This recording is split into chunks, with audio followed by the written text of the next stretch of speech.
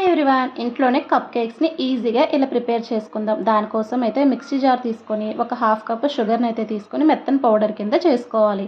ఇప్పుడు ఇందులో 2 ఎగ్స్ని అయితే బీట్ చేసుకోవాలి. ఎగ్స్ వద్దు అనుకునే వాళ్ళు ఈ ప్లేస్లో హాఫ్ కప్ పెరుగునైతే కనుక తీసుకోవాలి. ఇప్పుడు వీటిలోనే ఫ్లేవర్లెస్ ఆయిల్ ఒక పావు కప్పు వేసి మిక్సీ పట్టుకొని ఒక బౌల్లోకి తీసుకోవాలి. ఇప్పుడు ఒక కప్పు మైదా తీసుకొని దాంట్లో half spoon baking powder, baking soda, అలాగే పించ్ ఆఫ్ సాల్ట్ వేసుకొని మొత్తం జల్లించుకొని ఒకే డైరెక్షన్లో అయితే కలుపుకోండి. మధ్య మధ్యలో పాలు అయితే వేసుకొని కలుపుకోండి.